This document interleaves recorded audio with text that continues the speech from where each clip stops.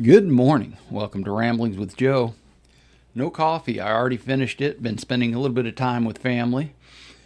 It's kind of a sad day today, so I came up here to do a podcast to take my mind off of some things I have to do today. More on that later, I suppose. So this morning when I woke up, I read that the National Guard member had died that had been shot in Washington. So I suppose that the Afghanistan immigrant will be prosecuted and they'll go after the death penalty, according to the prosecutor. President Trump said that he's going to have some stricter entrance requirements for some people from the third world country, for immigrants from the third world country. And that sent me down a road. I was like, I wonder what mechanism he can have to do that. And then I read on a little bit further where it said that he was planning on denaturalizing some of the citizens. And I thought, I didn't know that was possible. My wife is a naturalized citizen. Now, I don't think that there's any chance that she would be denaturalized. She's been my wife for 29 plus years, so I'm pretty certain I know her political stances and her history. And she doesn't fall anywhere in that probable area of interaction. However, I'm sure that it's concerning to her. So here's the things about the denaturalization that I discovered this morning when I was doing the research. Number one, the most common way to have someone denaturalized and strip them of their citizenship is to find out they lied on their entrance forms before they took the oath of allegiance to America. And at that point, if they lied, then they have a pretty good case. The Justice Department has a 95% success rate in denaturalizing people when they go after them. In other words, they're not going to go after people who they don't know that they can win. President Trump can't just go out and strip citizenship. This has to be done in I believe it's a civil lawsuit from the government. So this is not something that can happen wholesale. Each individual has got to go before a judge and quite possibly a jury, and it has to be decided that that person lied or has done something that would affect their citizenship. So I didn't know this was possible. I didn't know that this was a thing. I'm sure that the Democrats are going to be very, very upset about the idea that this is going to start happening. It happens occasionally now. I think that during the Trump administration, I think I read that it happened 11 times. So the 11 times that it happened in Trump's, I'm sure it was successful. However, evidently he's going to kick that up now in light of the National Guard being killed and the other one still in, I'm sure, intensive care. They have the guy that did it in custody. I'm not going to justify his grandiose intentions by naming him. The National Guard person that died was the female National Guard, and by all accounts, she was a very good person. The ability for the president to direct the Department of Justice to go after naturalized citizens who lied on their forms, I don't have a problem with that. If you lied, well, you got a problem. So that sent me down the road of what mechanisms is he going to use to actually bring them up and strip their citizenship. And the number one thing is going to be the lies about being a member of a criminal gang or a terroristic organization. So then I thought about it. I said, wait a minute. President Trump just declared a few organizations as terroristic organizations. So I dipped in a little bit further and found out that he can't indeed use those organizations as terroristic organizations retroactively. In other words, if someone said they were a member of Buttermint organization of Venezuela, he declared that organization now terrorist organization. He can't go back and say, because you declared yourself a member of that organization, you are now, disqualified from being a citizen.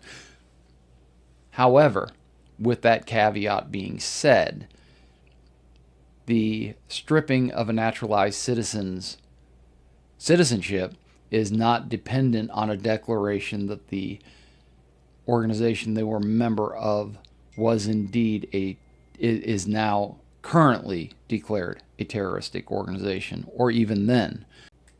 The federal prosecutors have to prove that the organization was carrying out terroristic actions, and that would make their non-inclusion of that information during the naturalization process a lie, and therefore they could strip them of this citizenship.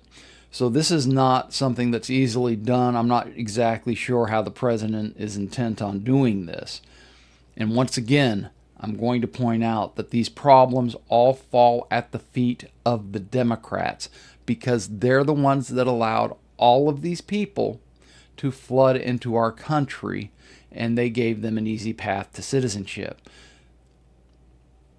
I also hold the Republicans slightly culpable for this as well, because they allowed them to do that without raising a lot of hell. But that is absolutely horrific, that the Democrats allowed all of these illegal aliens into the country, and then they fought hand and foot, are still fighting hand and foot, to stop the export, to the deportation of these criminals. And I know a lot of people say they're not criminals, they're just looking for... No, they broke the law when they entered the country. That's how come they can be deported so easily. It's that simple. Got into a bit of a kind of a related topic here. Got into a discussion on YouTube in the comment section with a fellow, and I assume it was a fellow. I don't really know. It could have been a gal. Anyway, in that conversation, it really showed me how poorly the Democrats are at conversing or debating with someone who they don't agree with. At one point, and this is a separate conversation, someone brought up the idea that all of the deportations was illegal and called out a case law. Well, I looked into the case law, and it actually was just the opposite. The Supreme Court totally said, no, the Department of Justice, the ICE, and the president can deport all these illegal aliens when they haven't broken any laws. Now, if they've broken a law, they have to go before a judge. But if the only law they broke was entering the country illegally, they can be deported. That was decided by SCOTUS, the Supreme Court of the United States. So that's a done deal. As far as this other guy and the debate that we were having, it's really sad to me to see that this guy was using the very techniques that I consider what led to Charlie Kirk's assassination. He started off just being very, very derogatory toward me, so I thought I'll engage with this guy and we'll see where this leads. And I engaged with him, and he constantly found ways to just snipe at me by calling me names. At one point, it was obvious he was assuming that I was a Republican without actually calling me out as being a Republican. I'm not a Republican. And I pointed out, I'm not a Republican. And there was a whole litany of things that I pointed out that his retorts, he called me simple-minded because I disagreed with him. You can just put because I disagreed with him on all of these. He inferred that because I had an accent from the South that I was a little bit more of the racist ilk without coming right out and saying it.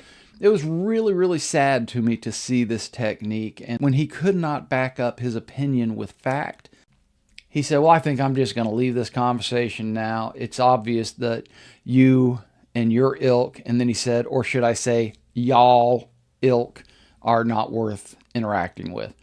And of course, I called him out with that, and he couldn't leave that alone. And that's when I said, I'm not even a Republican, and you're trying to, insinuate that all this is, I'm doing this because of, and absolutely, he just could not leave it alone. But I'm done with him. The other guy that used the court case to try and prove that what Trump was doing was illegal. When I did the research, and it turned out that court case actually said that President Trump was, and his administration, obviously he's not out there with a flak jacket on exporting them or deporting the illegals himself, but the actual court case that he quoted to try and point out that this was already declared illegal Well, that just kind of diminished his credibility to the point where I was just done conversing with him. I will point out when there is something that goes against my belief system, my political point of view, or my general interest. I don't have a problem doing that. I can point it out and say, this right here is obvious to me that it goes against what I'm trying to accomplish politically or belief wise. I don't have a problem with that, And if I disagree with the outcome of a particular fact, I will research to see if there is a reason why.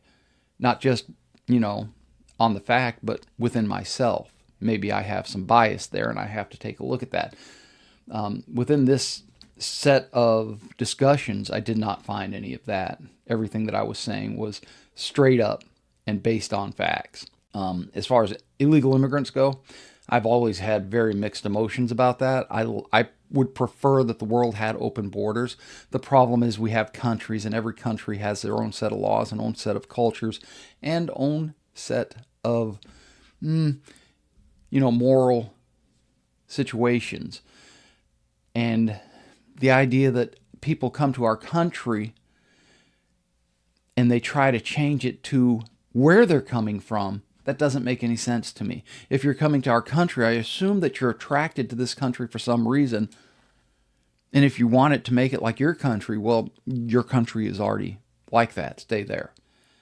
And that sounds like it might be a little bit extreme, but it's really not. I mean, if you're happy with where you're at and that's where you want to live, why would you move? And if you move someplace and it's different than where you're at and you want it to be like where you're at, stay where you're at. That's pretty much the easiest solution that I could find for you. I think a lot of this has to do with they don't like our country, that there's a large contingency of people who are coming to America to try and change America on purpose to be more like their system and their country. And I think that that's what we have to be very, very, very careful about. And we should guard our freedoms and our liberties jealously and fervently. I don't think that we should let Trump diminish our liberty. I don't think we should let Biden. I don't think we should let any leader diminish our liberty. As a matter of fact, I think that we should expand our liberties, and I think that we can do both. We can protect our country and we can expand our liberties. Have to look into probably have a different episode about that. It's Friday after Thanksgiving and family's still in town, and I have a very sad chore to do today. I'll probably talk about that on a future podcast. It's not something that I'm looking forward to doing. It's Friday. Most of us were off yesterday. If you're working today, I'm sorry. It sucks. I wish you weren't working today, but it is Friday, and I'm going to go out and I'm going to spend some time with the family, extended family, and the wife, and try and have an incredible Friday. I hope that you have an incredible Friday. I hope that you go out there and you find peace, love, and dream. Until next time, Lahi Throat.